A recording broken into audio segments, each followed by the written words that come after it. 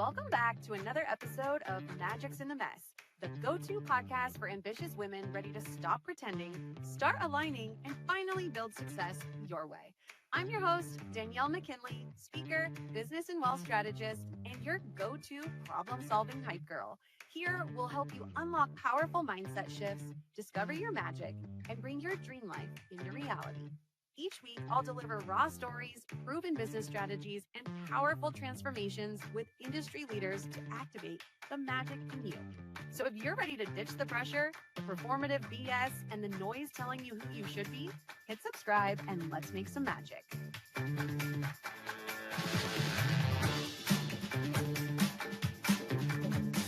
Okay, so Marisa, welcome to the show.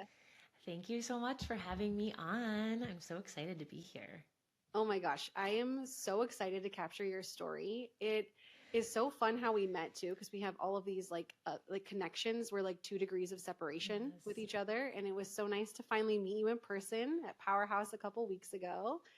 And you got to take the stage, which was cool. So I got to learn a little bit about you through that. And in just digging through the information you sent and us prepping for this show, it's incredible the number of transformations that you've been through. So tell us a little bit about yourself, and we'll just see where things take us from there. Yeah, and I'm so grateful to have the opportunity to do this, because I always say it's like, I feel like I've lived like 17 lives in like one lifetime. Yeah. And sometimes it's hard to really like share that fully with your audience, right? Because how do you capture all of that in like short form content? So my story, I'll start with my young adulthood. We won't go back to my childhood. Nobody needs to hear like my 42 years of life full story. But I lived overseas for a decade, which was really exciting. I did my master's degree in New Zealand. I moved there after college, and I met my ex-husband there when I was living there. And he was a professional rugby player. So I had just started this career in recruitment after getting my master's degree when he and I met. And then we had a very whirlwind relationship and a whole different life that I had never experienced before with fame and professional sport. And we moved to England a few years after we'd been together for him to play. And my life changed completely again, where I gave up my job. I stayed at home. I had kids. And I became like this rugby wife, right? And it really is a full-time job. People don't really understand when you're outside of the world of professional sport that it's a whole lifestyle in and of itself. Yeah. And so did that for 4 or 5 years, and then we moved back to the States. His career ended quite unexpectedly because of injury. And that was a pivot that we were not prepared for. We were absolutely not prepared financially, emotionally, mentally. And we had to start over. So I went back to work in recruitment. At the same time, I was navigating like being a working mom for the first time and learning how to raise a child with autism. And also supporting somebody else going through a career pivot. So that was a really heavy time for me. And then fast forward to COVID. Right before COVID, we actually got divorced, and my entire recruiting business collapsed in COVID.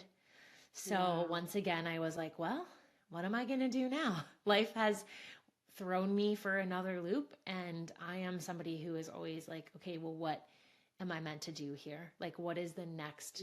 What is this showing me, right? Like, I rarely sit in inaction. I'm more like, okay, what does this mean for me? And what is the opportunity? So I'd always wanted to do more with my candidates that I was working with. And I could see so much more that they were experiencing beneath just wanting a new job. And so I thought, well, I'm going to really go deep with them and get the skills and the certifications to coach these women in a different capacity and drive greater meaning at the same time, I had this whole spiritual awakening happening in my inner world. So I had time, space, and motivation. So I got a life coaching certification, a spiritual trauma informed certification. I started getting into Reiki for my own healing purposes, and then started doing Reiki and getting certified. So I just kind of started stacking all of these certifications that just felt good. Like they were just things that felt interesting to me. Sure. I didn't really have a plan. And then Sometimes that's the best plan. absolutely. Right? Yeah. And that's the lesson, right? Like this is something we can talk about, is that has been one of the greatest lessons for me, is really learning to just follow what lights you up without a plan. Yeah. And so I built a coaching business and was, coaching and recruiting, and I had built a multi six-figure recruiting business and was kind of doing these things simultaneously and finding my way with who I'm serving and how, and, growing my coaching business. And then as of recent times, I've pivoted again as I'm being like pulled into the world of professional sports. So doing energy healing and breath work and nervous system regulation and coaching with professional athletes, and also their partners, their wives and their girlfriends in different capacities. So it's kind of like this crazy full circle moment. And I think a lot of people can relate to this, where right now I'm experiencing this unique moment in time where everything I've experienced and everything I've learned is perfectly connecting. It makes so much sense. It didn't make sense to me then, but it makes so much sense now that I would do this and that this is 100% meant for me. And it's a really cool and really surreal moment in time that I actually have a lot of gratitude for, because I don't know that I'll ever be in this moment in time again where I have just this perfect convergence of like all of these variables, these skills, these passions, this lived experience. So it's a really cool period for me, a cool era. I love that you're recognizing that and that you're celebrating it. So if you're not watching this and you're listening to it, as she was saying like that last little bit, I'm like nodding. My smile got bigger. I've got spiritual chills. And it's because you literally just teed up so perfectly why I started this show. So you leading up to that and giving us just your background, you went over mess, over mess, over mess. And some people look at it as such. But what we want to do here and what we talk about here so much is, what can we learn from it? Where can we find the magic? And you ended it so perfectly, because all of those experiences, those messy moments, literally gave you the experience to be able to hold space and do what you're doing now. And I love so much that you're recognizing that and really sitting in it and taking it in. So yeah, because I don't know about you, but like something I've learned is, God universe doesn't just all of a sudden one day go, oh, here, you're supposed to do this, and here's every single step, and go do it just like this. It never shows up that way. Yet we, for whatever reason, continue to expect that we should just have it all figured out, or we should just have clarity around, what it is, how to bring it to market, how to create content around it, how to create services around it. That is not what I'm doing. And the funny thing is, all of the times that I look back at the different things that have worked for me, and I'm sure if you're listening to this, if you look back at the things that you've manifested that have come to life for you, that have worked, it's not because you had it perfectly planned out. It's just you followed some sort of nudge. We're not meant to know. Like, I don't believe that we're meant to know, or that we even get to see it, because if we did, we wouldn't grow through it. We wouldn't do the things that we need to do to become who we need to be, to step into that identity. Yeah, I couldn't agree with you more. And it's so hard to do when you're in the thick of it. When you're going through that messy moment, there's, the tears, the anxiety, the worry, the overthinking, the things that we do that don't serve us.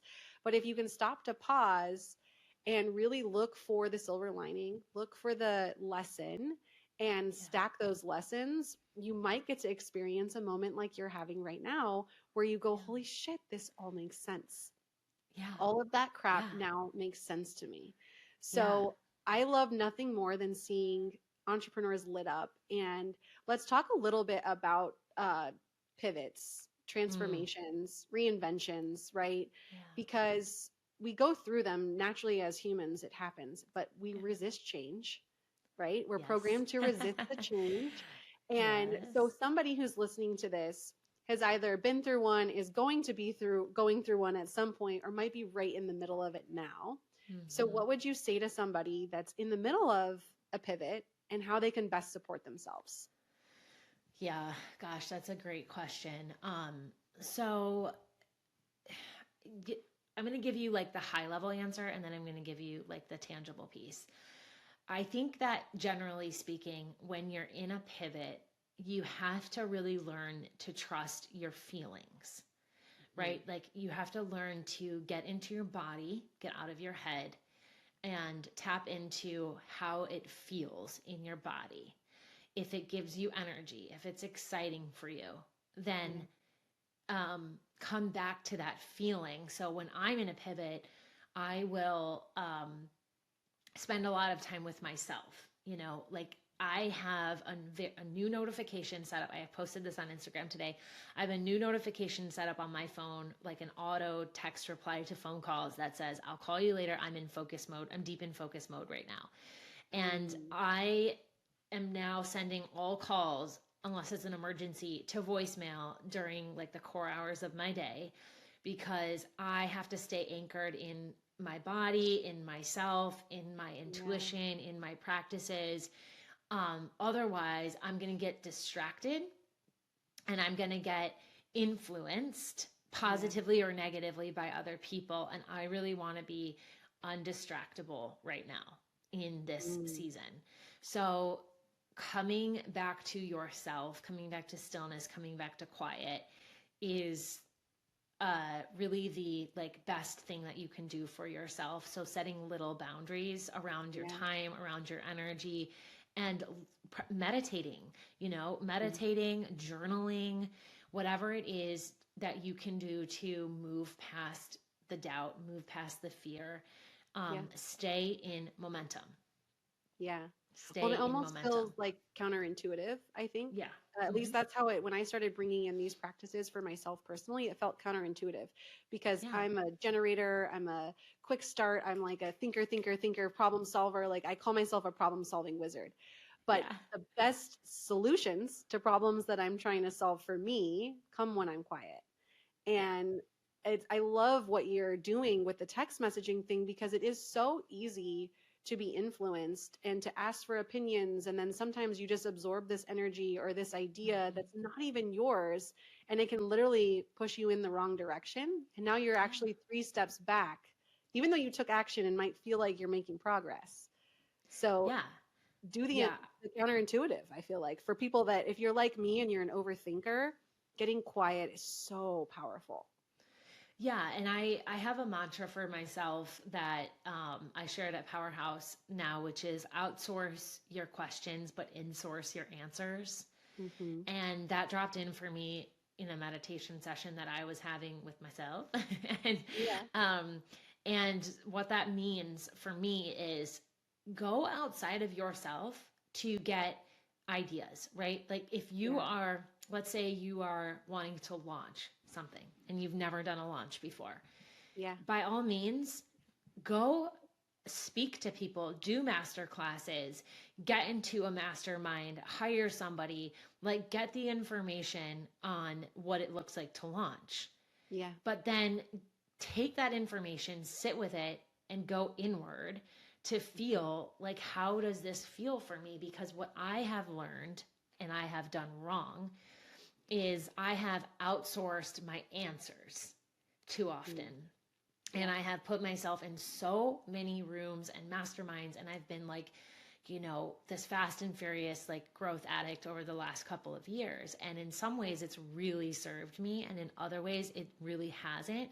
And the times that it hasn't served me is when I fell was too susceptible to like somebody else is doing it this way, therefore I must do it that way. Yeah. And not checking in with myself on how that feels for me. And I have learned that there are certain things I have to do my way. Yeah. And that's such a powerful thing, especially for someone who's like in the market for a coach right now, or is working with a coach and is looking to them for all of their answers. Coaches are meant to be guides, we are not meant to tell you what to do or direct you. We're meant to guide you to see that you actually have the answers and to help you develop the confidence, because we're sharing the experience that we have that you don't, but we don't have all of your answers. So if you're working with someone and expecting them to have all of the answers, or they're telling you that they have all of the answers, that's not the right coach for you. No. And so I'm so glad sometimes it's hard to realize that. And we do things, and this came up a little bit at Powerhouse too, where you're going to the conferences, like you were saying, you're joining the masterminds, you're attending the master classes, you're reading the podcast, you're reading the podcast, you're listening to the podcast, you're reading the books, and you're taking it all in, but you're not actually applying or embodying it. And so I think that is so crucial to see for, hey, when you're in the transformation, that's a vulnerable time for you to outsource your answers. And so it's such a great reminder to go, hey, no, we need to look inward, and just in the coaching space in general, not expecting someone else to have it. Absolutely. I agree with that. And I think also there's another layer that we don't talk about enough in entrepreneurship and as women, and that layer is trauma. Okay. Trauma, what you might be feeling in your body is also nuanced. And sometimes it's trauma. So I have a lot of clients who have built businesses from wounds subconsciously, right? 95% of your thoughts and your behaviors every single day is subconscious. And I am guilty too. I am both hands up. And I shared this on stage. My second version of my coaching business that I named Break Up with Busy was all about like anti-hustle and breaking up with busy. And I thought at the time that was like acceptable, right? Because I was in an insecure phase where I wasn't accepting myself on certain levels, and I had some trauma that I hadn't worked through. So I cared more about being acceptable than being impactful in the way that I am here to be impactful. And I was really afraid to open up about calling myself a spiritual coach. I didn't want to be out of the spiritual closet because I didn't want people to think I was weird. I didn't want to be judged, right? And I was like, am I spiritual enough to be coaching? All that stuff that comes up. It's so stupid. It's so stupid. But it happens. But it's so human. It's so human. And it happens to all of us.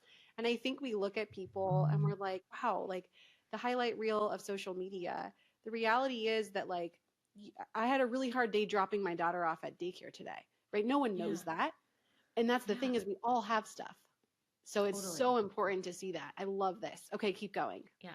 So, so I built this whole business on like serving this wound, telling myself that I was serving other people in a certain way, but it did not light me up in my body. It didn't light me up in my body because it wasn't what I was meant to do. It was keeping me small. It was another way to hide. It was like playing like kind of one foot in and one foot out the other. And something I've learned recently is that this word, oh God, now it's escaping me. But now that we're talking about it, right?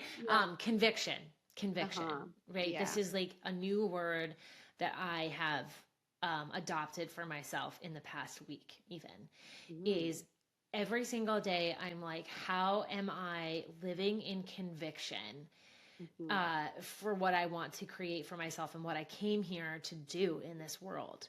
And how am I showing up with conviction is a new question that I'm asking myself, that I'm loving. Love that. Yeah. Because anybody can want something. Like you can want something, but being committed to creating it is an entirely different animal. 100%. And so if you can really, and so if you really have conviction, it's inevitable. in my opinion. Yeah, you decide Yeah. and then you Yeah. take action. Mm-hmm. Yeah. Yeah. And when you're in that energy of like, okay, how am I showing up with conviction today? Then you're thinking about aligned action. You're thinking about inspired action. You're going within, you're asking yourself, and you're not sitting there going, oh, should I do this? You know, Yeah. am I going to do this? Is this right for me? You just, you make a decision and you go. And I think there's so much powerful energy in deciding in and of itself, but then also showing up and committing to being consistent with action, applied action. Yeah. I love the deciding. I mean, so much of what I've accomplished is because I decided. I wasn't on Yeah. paper. If you were going, hey, does she have what it takes to do this? It would have been hell no. But I decided, I took action, and I learned along the way. And if you're willing to do that for yourself, anything is truly possible. And I believe that wholeheartedly. So I love Yes. where we're going with this because you're starting to tap into some of the ways to notice if you're ready for a pivot or a transformation. Like, how does it feel in your body? Does it light you up? Does it drain you? Where are you at energetically? So give us a couple, like maybe three more things that Yeah. you notice probably in reflection of, ooh, Yeah. I missed that nudge for the Yeah. transformation. And if I'm paying more attention, I could have transformed faster. Yeah. So for me, I am somebody, right or wrong, who has had to wait until the punch in the face from God universe to start my pivot. I mean, I find my personal, the way that I co-create with the universe is Yeah. I feel that when I'm ready, I will get the punch in the face. And then and then it's like at that point, because it's so in your face, it's like the momentum is there to Sure. create faster. So I have followed these little nudges for years of just like, learn this, learn that, try this, try that. So those are like those are the precursors, right? Sure. But then for me, there are three big things that happen. You get this punch in the face from God universe. Yeah. And then you have to ask yourself, like, is there a logical case for this? So, we don't want to just be so spiritual that we're like also not taking into consideration the human part of creating. And it's like, is this logical? Do I have the skills for this? Do I have the lived experience? Do I have the knowledge to at least do this? Like, you're not going to go and become a doctor overnight without any training, right? Yeah. It's not safe. It's not going to be impactful. And then it's, how does it feel in my body, right? So I'll give you an example. This is a great story. I shared this a little bit on stage, but I didn't get to get into it in too much detail. But so I never imagined myself working with professional athletes. Never even thought about it. Although I lived it for 10 years. I observed what it's like. I was in the thick of it. Never thought of it. And so I changed my last name and kind of I had my ex-husband's last name. I put that life behind me. Even though we'd been divorced for 4 years, I'm like, I'm gonna really like clear this energy and create this new identity. So I changed my last name and I'm like, I'm moving forward with life. And I am leaving the Powerhouse Expanders retreat. I'm at the airport. My TSA pre-check declines because I changed my last name. And so I'm in this long security line and I start this guy behind me starts talking to me. And we're having this great conversation about where I've just come from and what I do. And then he tells me that he's an NFL player. And I'm like, whoa, that's crazy. So as I start to tell him more about my story and what I do, he was just like, holy moly, like, you need to do this in professional sport. And it was like, literally like something hit me, like a punch in the face. Yeah. It was like this massive light bulb moment of like, what? How have I never thought of this? Wow. Right? How have I never thought of this? Yeah. And then my logical brain, the logic comes in, your brain comes in to like try to disprove the God universe drop in. And my logical brain was like, of course you would do this. Of course you would do this. You have the certifications, you have the lived experience, all the things. And then in my body, it was like, of course. It was that energy of course, right? Yeah. So just Confirm, that, confirm. yeah, confirm 3 ways. Yeah. So then, other doors. So I received that. I accepted the mission. That's the other part. You've got to accept the desire. You've got to claim it, right? You've got to decide, like we talked about. Yep. So I decided that I was going to open my life to that niche. Yeah. And then, professional baseball came into my world, and then working with wives and girlfriends in the NFL. And I'm doing my signature reset room experience, which is a mix of breath work and coaching and guided meditation for a group at the Super Bowl in February, which I'm super excited about. So all this stuff is happening really fast, but I think that's, again, because I followed the little nudges without knowing what they were about. 100%. You just trust it. Yeah. And just like allowed it to be fun. And right now I'm just really enjoying it. I have no idea where it's going to go. I just created 2 brands around it just to play, and I'm just in play mode. Yeah. I love it. Okay, so you talk a lot, and this gets into what you're talking about here and what you're going to do at the Super Bowl this year or this next year in 2026. And it's about the mind and muscle connection. So get into that a little bit. Explain a little bit about like the practice, some context around it, and then how you serve in that area. Yeah. So it's the space between mindset and muscle is what I call it. And it's subconscious programming. Yeah. It's emotion, it's energy, and it's soul. Okay. So we can target the body, and this is obviously most relevant for athletes, but every human this applies to. Yeah. There are things we do to train our bodies, which is our muscles, and there are things that we do to train our minds, right? You might see a therapist, or you might like partake in some mindset work of some sort. But at the end of the day, there is a lot in between. There's a lot in between that is hard to articulate. Energy. We are energetic beings. We have frequency. We have flow of energy through our bodies that has to be managed in order to be at our best, to tap into our inner wisdom, to guide our decisions, right, in a way that align with our purpose. And then there's the subconscious piece, which is programming, subconscious programming from trauma.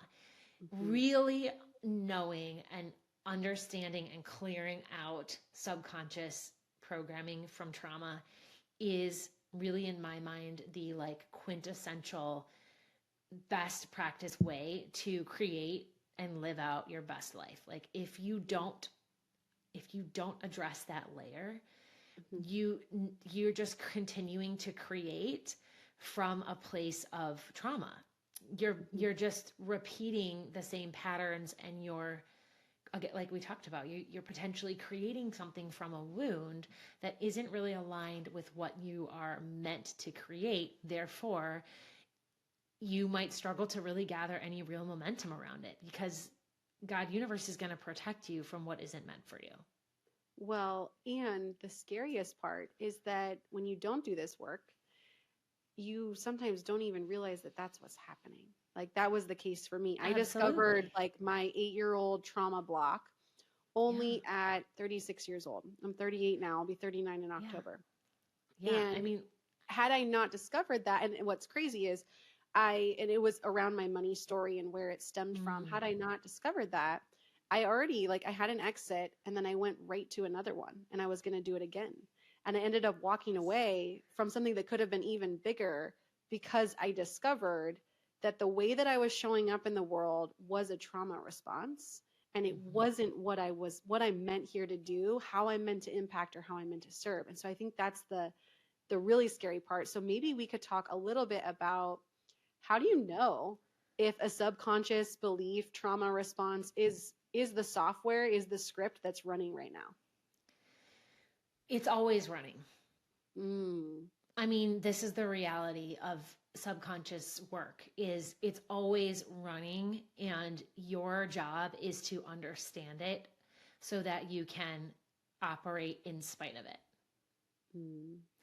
It's to know your shadows, your limited beliefs so deeply that you can choose a different pathway. I always get this visual of like, I mean, I'm 42, so like Looney Tunes was part of my childhood. I'm sure some people listening to this are like, huh?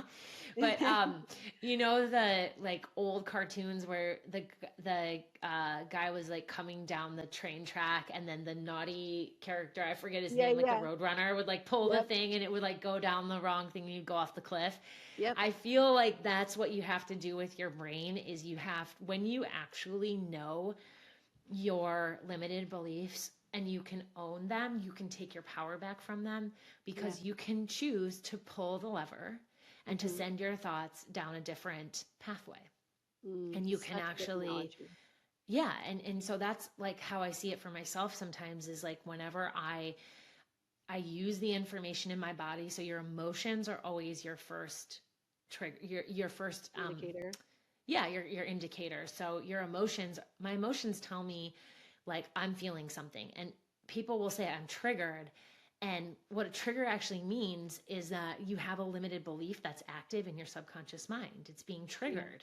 So if you can get into the habit and the pattern, and this is the work that I do one-to-one with women, is learning to get into the habit of recognizing the red flag. It is that is the emotional experience first. Then you can work yourself through a process of like, what am I really upset about? Like, what is the story that is active? It's never about another person. It's always about you. It's always about you. And what it means, what meaning you're assigning to that situation. And so the more you know that, the better you can get at overcoming that, or just operating in spite of it. And I'll tell you, like at Powerhouse, for example, this year, I was really uncomfortable the entire time, because my MO and my trauma is to be super social, to please everybody, to be like, to serve and connect and be extroverted with everybody, but I'm actually not an extrovert. And I actually really needed something different. And so I allowed myself to be more insular, and I allowed myself to withdraw from situations where I would normally push myself to perform. Sure. And I had so much cognitive dissonance going on within me, but that's how you build comfort with who you really are, right? It's like, okay, I recognize what's going on here, but I don't have to participate in the performance.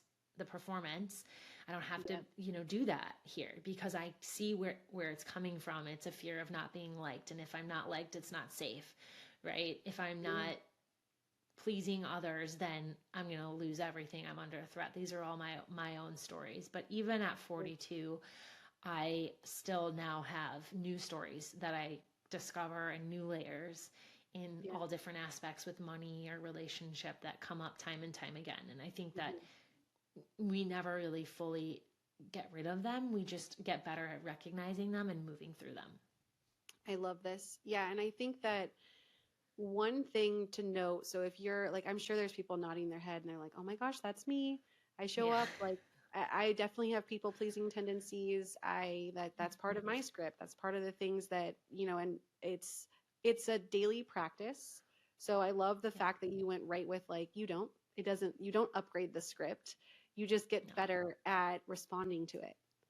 Right. Yeah. And so it doesn't have to be a, like, I am fixed, but I think that sometimes, like if you're struggling, or you're showing up every day and you're frustrated in your life, or you're fighting with your spouse, or you're having those chats of like, I'm not being the best mom today, and you're feeling unfulfilled, that's a really good indicator that there's some limiting beliefs of some subconscious things going on. Would you say that? Absolutely. If you could tap into that, that's, sometimes we're looking for, again, we're outsourcing the answers. We're like, oh, the therapist is going to do it. But then we're showing up to therapy and we're not being totally vulnerable and digging in, and they can only help you as much as you give them.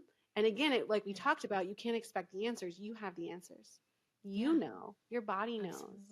Okay. So I love this so much. So somebody who's like really resonating with this and they want help, where can they find you? So they can find me on Instagram at Marisa Rylan, and they can find me marisarylan.com. Okay. And I'll add one more thing to that for those people who are really struggling. So let's say you're not ready to dive into your trauma. Let's say you're not ready to like work with a coach like myself. And you're in that stage you mentioned. You're frustrated, like you're angry at other people. It feels like the world is against you. Yeah. One exercise that you can do is you can ask yourself, and you can make a list, who do I want to become? So like what qualities, 5 qualities, what qualities do I want to embody? So qualities, not like I want to be a millionaire or I want to be a successful businesswoman. Like what qualities who do you want to be from a quality standpoint? Maybe you are somebody who wants to be emotionally stable. Maybe you're somebody who wants to have integrity. Maybe you're somebody who wants to like be in their full self-expression. Whatever those traits are, if you can write those down, you can look at those every day and you can ask yourself, how would that version of me show up today? Mm-hmm. Then you can start to shift your focus to showing up in a new way every day that is aligned with who you want to become versus just showing up in the same program every day. Yeah. From this. So it goes back to your conviction, right? So I love this because it's something you can go and apply right now.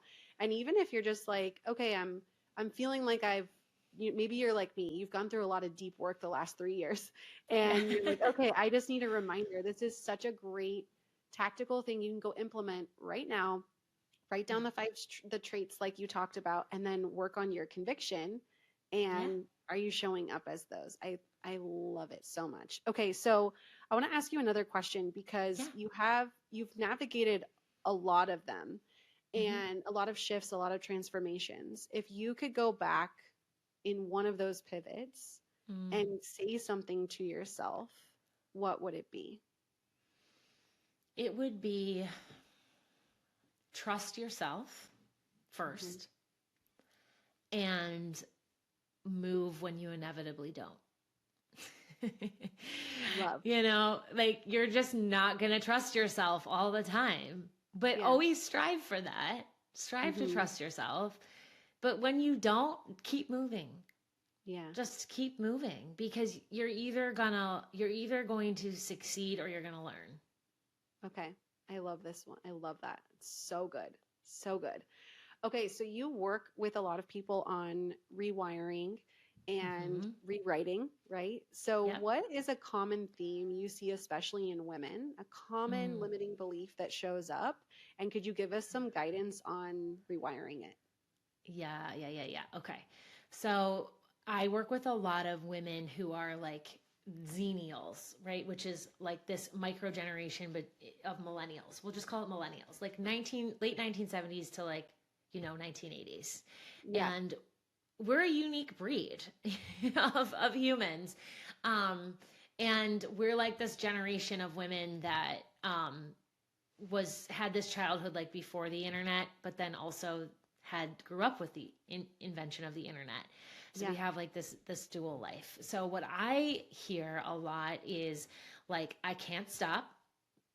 I can't ask for help. I have to do it all now. It's just this hyper focus on responsibility and self-sacrifice and this need to prove and earn in order to receive. Who feels seen?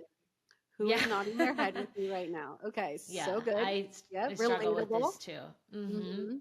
Yeah.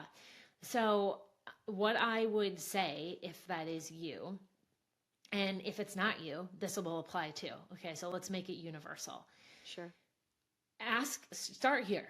Ask yourself, like, what is one thing that I say to myself when I'm upset about myself? It's a good place to start. See, I'm too much, or like somebody's going to leave if XYZ, or I'm bad with money. Like, what are the things that you tell yourself underneath your breath in the moments when you're upset, when you're dysregulated? That will give you a sense of some of the subconscious program, some of the limited beliefs that are there. So once you have that, there's a proactive step and a reactive step. So you can put this in your phone. I do this with all my clients. We go into a trauma process where we uncover the beliefs. That's a lot more in depth, but for it can be done this way as well, just for like a starting place. Sure. So let's say, what do you know one of your limited beliefs that comes up often? Yeah, that I'm too much. Like Okay, when you I'm said too that, I was much. like, oh yeah, like that's totally, yeah. Yeah. So what you'll do is you'll write a new declaration to replace that program. So what would you want to believe instead? I would want to believe instead that I'm just making an impact. My too Yeah. muchness is making an impact. Yes. So when I'm being myself, I'm making an impact. And some other things you might be able to say for too much that a lot of my clients lean into is, it's safe to be me. Love that. When I show up as my full self, the right people are drawn to me. Mm-hmm. So come So up good. with whatever feels organically good to you as a positive reframe. Yeah. And then you put that in your phone. Okay, so you put the limited belief and the new declaration. Yeah. And then the proactive approach is every single morning you tell yourself that new declaration. And what you're doing is you're actually creating that new neural pathway.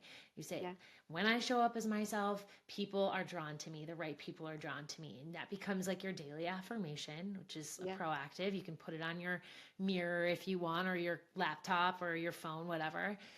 And then the reactive way to work with that, to rewire, is when you are triggered, when you are upset, is to ask yourself, wait, is that happening? Like, is that story there? Yeah. It will be. Assuming? Yep. And then you can just jump, instead of sitting in this mental spin of, why did this person do this to me? And, all of the things that we run around in our heads, if you can just pause the chatter and you can be like, wait, is this about too muchness? Then you can go, yeah, okay, it is. And remember and remind yourself, okay, I'm safe. It's okay to be me.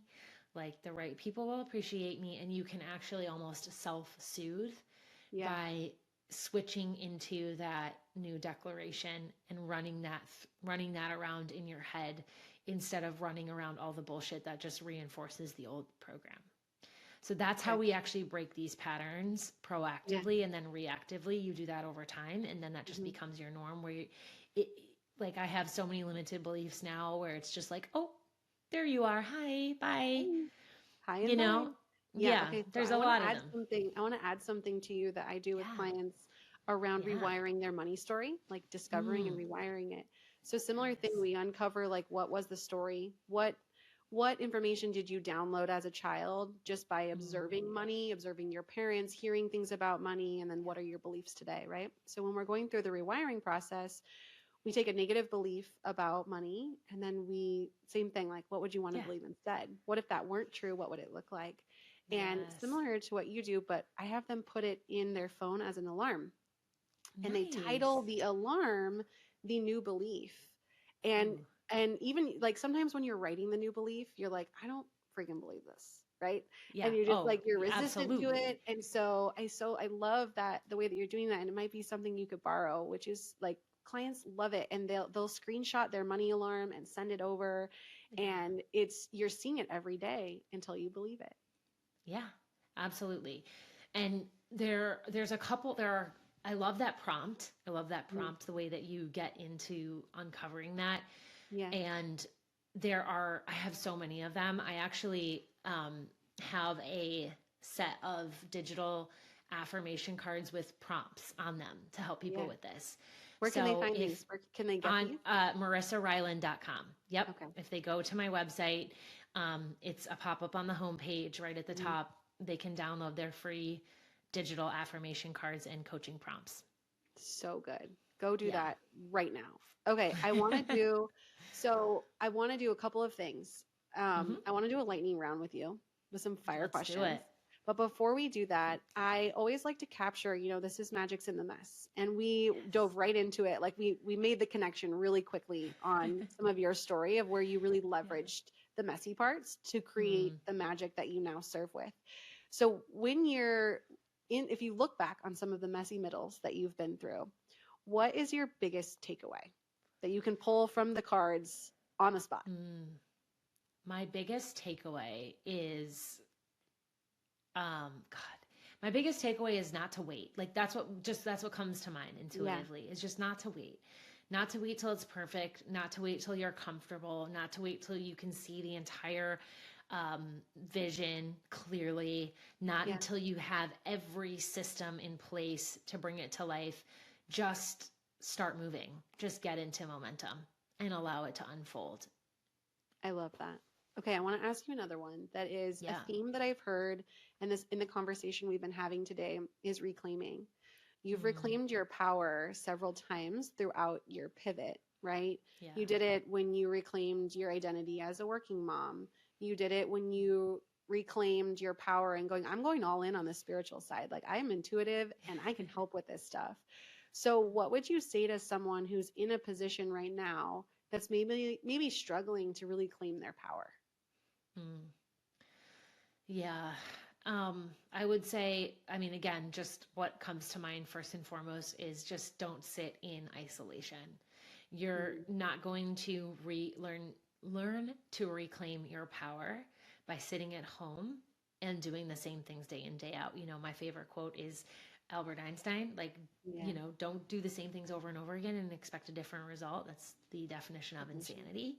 Yeah. So reclamation requires courage, and courage comes before clarity, not the other way around. So get into rooms, work with someone, start small, start big, whatever you have the capacity for, but do not allow yourself to sit in isolation. Love it. Okay, you ready for some fire questions? Let's do it. Okay. I'm terrible at these. We'll have some fun, and you can say skip if you're like, I don't know. Making things sweat, you know what I mean? Okay, I think these will be great. So what is a mantra that you come back to when you feel stuck?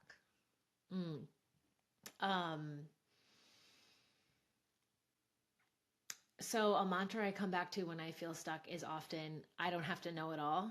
I just have to show up. Boom. So I say that to myself all the time. Yeah. I don't have to know it all. I just have to show up. So good. Okay. Current non-negotiable for your wellness routine. Daily movement. Love. Get in the steps, baby. Yeah.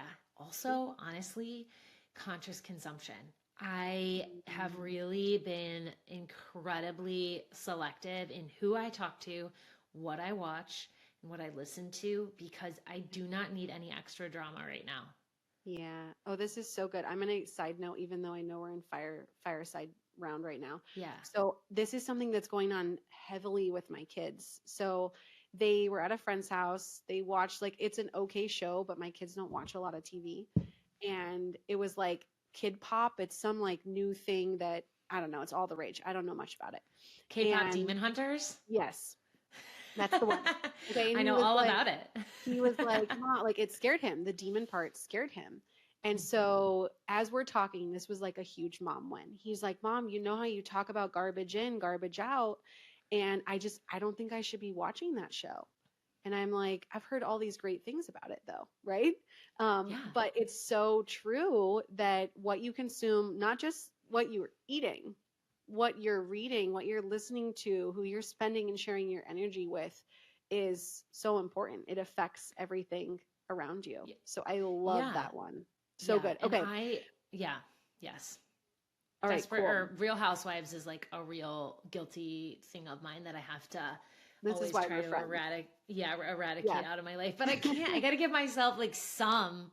I have a few. Anyway. Well, okay. Yeah. You got to live a little. And for me, I think this is what it is. For me, the Real Housewives thing is it just numbs my brain. It just, I don't know why. And I'm like, this is ridiculous. And you also don't need to keep up with it. So if you miss an episode, it doesn't really matter. Well, and here's the other thing, this is important. I think this is an important lesson in my spiritual journey. Something that I have learned is gossip is a natural part of the ego, but when you feed it, it becomes a beast. Yeah. And I try really hard to stay out of gossip. I do sometimes allow it because I'm human, but I have to really like try to protect and like discipline my ego out of gossip. And those shows kind of get me into like that mode of gossiping, which isn't good for me because gossip is toxic. Yeah. It's bad karma. It is bad karma. And the thing is if you're with people that are talking about other people, you're in the wrong room. Well, and they're going to talk about you. Yep. It's 100%. It's like it's their connection piece too. Like, and a lot of people that do it, they don't realize that that it's ego, it's subconscious, and it's what they're using to literally connect. It's how they've trained themselves to connect. So it's a like red flag, move to the right, hard left, get out of there. Totally. Okay. Coffee, rapid fire, matcha, or something else. Coffee and matcha every day if I could. Coffee in the morning, matcha in the afternoon. I am a big like coffee in the morning, iced coffee in the afternoon. Like it's 1 o'clock here. I'm headed for an iced coffee after this. No, okay, can't do coffee in the afternoon. What's one thing that you're manifesting right now? Okay. This is hard for me to answer. I don't know. Ooh. Purpose. Yeah. As a manifestation mentor, I have manifested so much in the physical 3D realm, right? That I consciously was like, I want that. And I manifested it, a book deal, money, love, whatever. But I'm in a completely different phase right now where I don't actually, I'm just letting my soul lead the manifestation process. And I don't know I don't fully know what my soul wants to create. Yeah. So I'm just letting it lead me, and I'm just in a state of surrender. I love that. Beautiful. So beautiful. Okay. If there was a gift you could give every woman listening, like one reminder for them, what would it be? To always continue to work on your self-worth. To gift yourself the process of continuing to evolve your worth. That is, your self-worth is everything. It is everything. Yeah. Money, love, success, it is everything. Health, if you don't love yourself, if you don't value yourself, you're not going to take care of your health. Yeah. Mental, emotional, financial. So I think that is an area for women, especially, that we have to constantly pay conscious attention to. So good. So good. Okay. So we want to pour into you. And one of the things that I feel like we don't do enough as entrepreneurs or people that really feel called to serve and impact others is we forget to celebrate ourselves. We forget to celebrate small wins, big wins. It's like we hit something and we're like, okay, on to the next. So something that I love to do with my guests is to celebrate a magic moment, is what we call it. And we pick it from the last week. So what's something big or small in the last 7 days that we can celebrate with you? Yeah. So I have been, this week in particular is a big one because I have been doing cold outreach all week for sponsors and new clients in the sports space. So I have been creating spreadsheets, sending emails, connecting with people and being like, this is what I'm doing. I would love to do this. I would love to trial this with your team, with your players, and like also doing the same with brand sponsors for my events that I'm organizing for women in the NFL. So I am like really putting myself out there, and I'm really, really proud of that. And I'm completely unattached to the outcome. I'm not afraid of people, of no's or of rejection. I'm just seeing it as like, what will be, will be. Oh, I love. Okay, Magic Maker community. So if you know somebody that has a connection to help her go make an impact, don't be shy. Reach out to her, let her know that you listened to this episode and you resonated with what she had to say, and you want to help push things forward and create some positive movement in the world. Thank you so much for being here. Is there anything else you want to leave us with? No, thank you so much for having me. I want to say to anybody again who is in a pivot, who's in the messy middle, um, permission to just let it be whatever it wants to be. Permission to let go of needing to know what it looks like, and permission to just play. So if they good. can't give it to themselves, I'm giving it to you right now. That is so good. And if you want more help or more guidance, or you want to explore some of the incredible work that Marisa does, don't forget to go connect with her. We will drop her website and her Instagram handle in the show notes. So if you're driving, if you're walking, if you're getting ready for the day, don't worry, we got you. They will be there. Thank you so much for tuning in, and we will see you, Magic Makers, next week.